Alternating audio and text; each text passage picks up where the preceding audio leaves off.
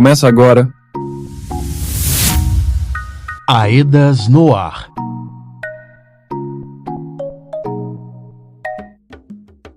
Olá para você que está ouvindo o programa da Associação Estadual de Defesa Ambiental e Social de Minas Gerais, AEDAS, que presta assessoria técnica independente para atingidos e atingidas nas regiões 1 e 2 da Bacia do Rio Paraupeba e Represa de Três Marias. Eu sou o Lucas Jerônimo e hoje vamos falar sobre os espaços participativos. Nós já tivemos 2 programas falando dos diversos espaços participativos e hoje teremos o terceiro e último programa. O papo será sobre a formação em direitos humanos, a oficina de comunicação popular, o seminário sobre saúde e exposição a metais na região 2 e o espaço participativo externo. Você está ouvindo AEDAS no ar. Quem está aqui com a gente para explicar mais sobre esse tema é a Elaine Bezerra, coordenadora de comunicação, o André Cavalcante, coordenador da equipe de estratégias jurídicas da reparação, e o Cleiton da Silva, integrante da equipe de marcadores sociais da diferença. E vamos começar falando sobre um dos espaços participativos para as pessoas atingidas que aconteceu recentemente, que foi o ciclo de formação com a formação em direitos humanos e a oficina de comunicação popular. Elaine, qual o objetivo de incluir espaços de formação na luta pela reparação integral? Então, Lucas, os espaços de formação são importantes para contribuir com as pessoas atingidas no conhecimento de seus direitos e nas formas de acessá-los. E especificamente em relação a esse ciclo de formação, as pessoas atingidas puderam conhecer melhor os dispositivos legais, como as políticas estadual e nacional de direito das pessoas atingidas por barragens, a PEAB e a PNAB, e ainda foi possível também aprender como as ferramentas tecnológicas de difusão da informação podem ser úteis na luta por reparação. André, em relação à formação em direitos humanos, como ela foi realizada e qual foi o principal objetivo? Então, a formação em direitos humanos ela foi realizada no último dia 31 de agosto, nas 2 regiões assessoradas pela AEDAS, e enquanto espaços participativos para a formulação de materiais didáticos sobre alguns aspectos básicos do direito do sistema de justiça brasileiro. Contextualizando tudo isso, a realidade local, de cada comunidade que assessoramos, e também tendo como horizonte o fortalecimento da garantia dos direitos, também da promoção ampla e informada nos processos decisórios e importante para facilitar a reparação integral das perdas e dos danos sofridos pelas pessoas atingidas. A proposta, ela surgiu muito do diálogo que as equipes de mobilização têm tido no território, nas reuniões de comissões de atingidas e também, principalmente, diante do seguinte questionamento: o que fazer para garantir o cumprimento dos direitos e a avaliação ou monitoramento das medidas de reparação?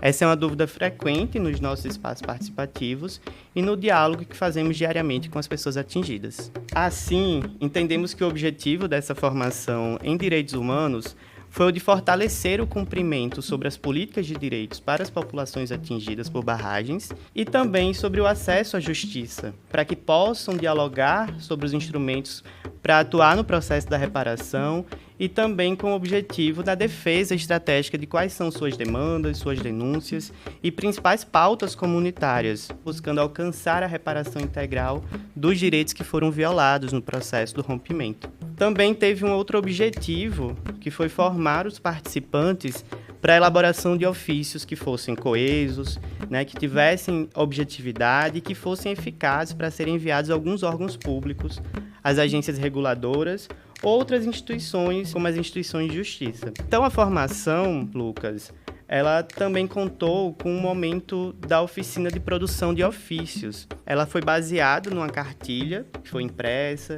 e entregue às pessoas participantes da formação e que constava os principais contatos e as formas de acesso à justiça que a população atingida tem disponível nos territórios assessorados. Cabe também a gente relembrar aqui que a gente contou com um espaço para a ciranda infantil, na busca aí pela integração das crianças e dos adolescentes, que também são pessoas atingidas e participantes diretos, na compreensão sobre o que é esse espaço para o fortalecimento do entendimento dos seus direitos por meio de algumas metodologias específicas para essa faixa etária, como as cartografias das infâncias e o mapa de direitos. E a oficina de comunicadores populares teve qual proposta, Elaine? Conta pra gente como foi o processo de realização da oficina e quais foram os resultados.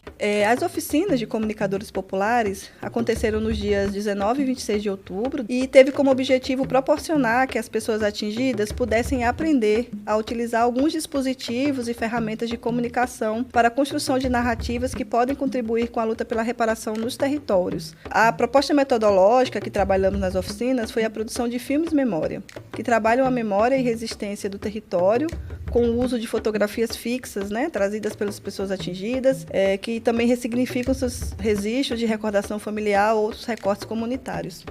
As pessoas atingidas também puderam reavivar os sonhos das infâncias e as marcas sonoras do território. Isso tudo veio estimular o acesso à linguagem audiovisual e o direito de cada um e cada uma narrar em imagem e som a sua própria história. Nisso, a oficina se complementa à formação em direitos, pois, por meio desses recursos e da aprendizagem de como manusear as ferramentas audiovisuais, é possível realizar denúncias sobre danos ocorridos nas comunidades.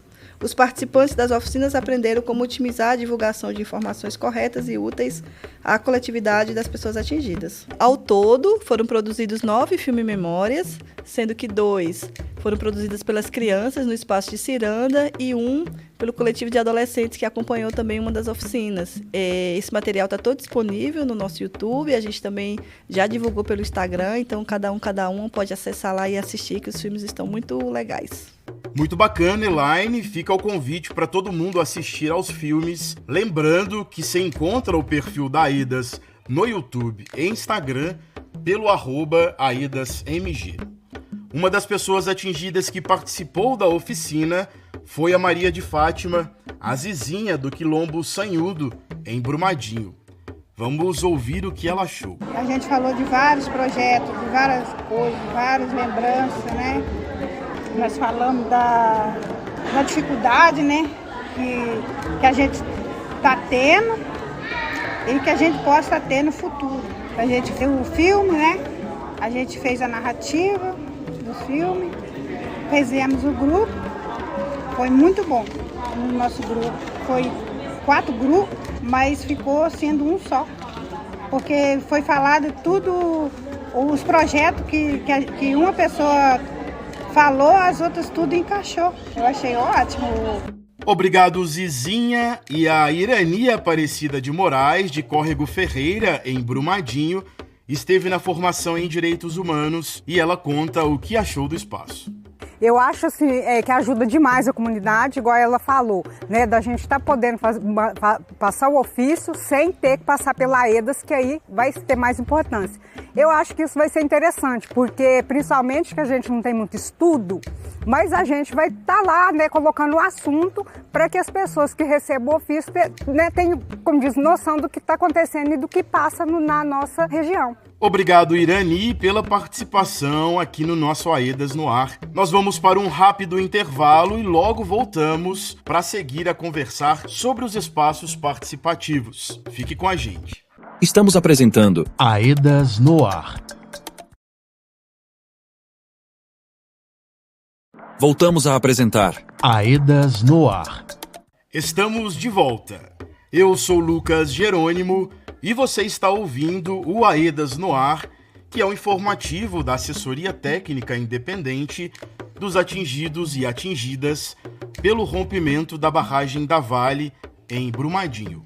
Hoje estamos conversando sobre os espaços participativos com a Elaine Bezerra, coordenadora de comunicação, o André Cavalcante, coordenador da equipe de estratégias jurídicas da reparação, e o Cleiton da Silva, integrante da equipe de marcadores sociais das diferenças.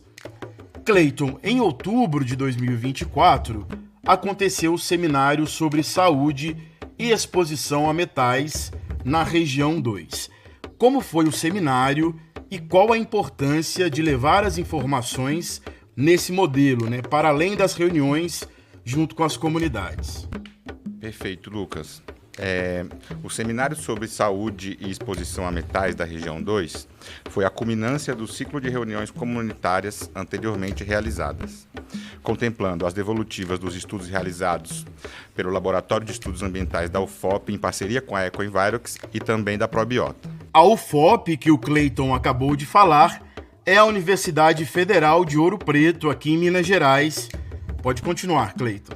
As consultorias contratadas pela EDAS tiveram um papel importante no sentido de demonstrar a situação de diversas áreas do território atingido, considerando indicadores de contaminação, bem como da percepção dos atingidos e atingidas quanto aos danos sofridos no campo da saúde e socioambiental. A realização de um seminário como evento de culminância visou estabelecer vínculo entre a participação informada e o conhecimento científico, que por muitas vezes se mantém isolado no ambiente acadêmico. Além da distância estruturalmente colocada entre a ciência e a população em geral, temos a intenção de construir o entendimento de que a ciência não é neutra e que, sobretudo, no contexto de um desastre de crime sociotecnológico, essa percepção deve orientar os estudos realizados a fim de garantir uma reparação integral, justa e inclusiva. Aproximar a população atingida, a ATI e a comunidade acadêmica amplia tanto a ciência quanto as possibilidades de reivindicação por parte das pessoas atingidas. Com os resultados das consultorias e a realização das devolutivas, foi possível reafirmar a importância da ciência estar a serviço dos graves problemas pelos quais passam as comunidades, sem que esses problemas sejam minimizados ou negociados, desconsiderando os riscos que as famílias e comunidades vêm correndo em decorrência do contato com os metais, seja por diversas vias de exposição, além do rejeito de minério despejado na bacia do Rio Paraopeba. Dessa forma, o seminário acontece no sentido de tornar os dados coletados e sistematizados em ferramentas para controle e gestão de riscos ambientais e da saúde, bem como e principalmente ferramentas para mitigar e reparar violações de direitos humanos ocasionados por crimes socioambientais. O seminário teve a presença de muitas pessoas atingidas, entre elas a Lindaura Prates, de São Joaquim de Bicas. Vamos conferir o que ela achou sobre esse espaço participativo. Hoje nós estamos sofrendo as consequências com a poeira, né, que são aí o ar que está poluído, o solo que está poluído e as plantas que não estão sobrevivendo mais, né, por através dessas contaminações que a gente ainda tem que saber, né, as pessoas também ainda têm dúvida, né, tem um peixe aí ainda que está sendo aí o rio, as pessoas ainda se encontram ainda fazendo algo, pescando, sem saber se realmente o peixe está contaminado ou não está contaminado. Então, essas informações é muito justa chegar a todo mundo para saber que realmente o que elas estão fazendo no território, o que está acontecendo, se o território está contaminado, se não está contaminado, o risco que as pessoas estão correndo. Então, essa informação é muito legal para chegando mesmo as famílias que precisam dessa informação. Essa foi a Lindaura, de São Joaquim de Bicas. Bom, outro espaço participativo que vamos tratar no programa de hoje é o espaço participativo externo. Como funciona? Ótima pergunta, Lucas. Os espaços participativos externos são aqueles que, embora não sejam organizados pela assessoria técnica, pela EDAS, a ATI atua ali de forma colaborativa com as pessoas e comunidades atingidas, quando solicitado por essas pessoas, né? Seja na preparação para a atividade, seja no acompanhamento no modelo presencial ou virtual, ou seja no fortalecimento de estrutura necessária para garantir a participação das pessoas atingidas, como o deslocamento. Geralmente são espaços que envolvem algumas atividades que são realizadas junto aos atores, instituições e organizações atuantes que podem estar envolvidas no processo reparatório direta ou indiretamente. Vamos falar um pouco sobre o espaço cidadão ou comitiva de participação cidadã, né, como costumamos chamar. Os espaços participativos externos da reparação, eles contam aí com as atividades que estão inclusas no circuito da reparação e que visam o reconhecimento de direitos da população atingida pelo desastre sociotecnológico. São atividades realizadas junto aos atores, instituições e organizações atuantes no processo reparatório, conforme já foi falado, e contam com a participação das pessoas atingidas. São exemplos desses espaços as audiências judiciais, como a convocada pelo juiz no último dia 16 de dezembro, que teve o objetivo de discutir o andamento dos estudos de risco entre o Grupo EPA, o Comitê Técnico Científico da UFMG, a Auditoria Socioambiental, a EICOM, a Vale, as instituições de justiça, o governo do Estado, a população atingida e suas assessorias técnicas independentes. Esse espaço foi convocado por causa das divergências de posicionamentos existentes no processo judicial acerca da execução e conclusão desses estudos. Já os espaços participativos externos cidadão são espaços que não são vinculados diretamente ao acordo, mas estão relacionados à reparação de modo geral e cumprem papel importante para a sociedade civil enquanto locais de controle social, participação e deliberação cidadã. São exemplos os conselhos de políticas públicas, as câmaras, as assembleias, organismos internacionais e organizações sociais publicamente reconhecidas por sua atuação. Atualmente, as pessoas atingidas junto à assessoria estão compondo o grupo de trabalho Impactos da Mineração na Saúde. Esse grupo de trabalho foi criado a partir de uma articulação do Conselho Estadual de Saúde do Estado de Minas Gerais, e esses grupos de trabalho têm o objetivo de contribuir com a elaboração do Plano Estadual de Atenção Integral à Saúde das pessoas atingidas pela mineração. Maravilha, pessoal! Muito obrigado pela presença no programa de hoje, contando um pouco mais sobre os espaços participativos. Obrigado também a você que nos acompanhou até aqui. O nosso programa vai terminando, mas você pode acompanhar a AEDAS também nas redes sociais, pelo @aedasmg e no nosso site, que é o aedasmg.org. Um abraço e até a próxima semana. Este programa é produzido com recursos provenientes do Acordo de Reparação. Esta edição teve produção de Júlia Roden e Felipe Cunha. A edição de áudio é de Douglas Andrade. O design gráfico do programa no YouTube e nas redes sociais é de Júlia Rocha. A coordenação da equipe de comunicação é de Elaine Bezerra, sob a gerência de Diva Braga, gerente geral de participação informada do projeto AEDAS para a UPEBA.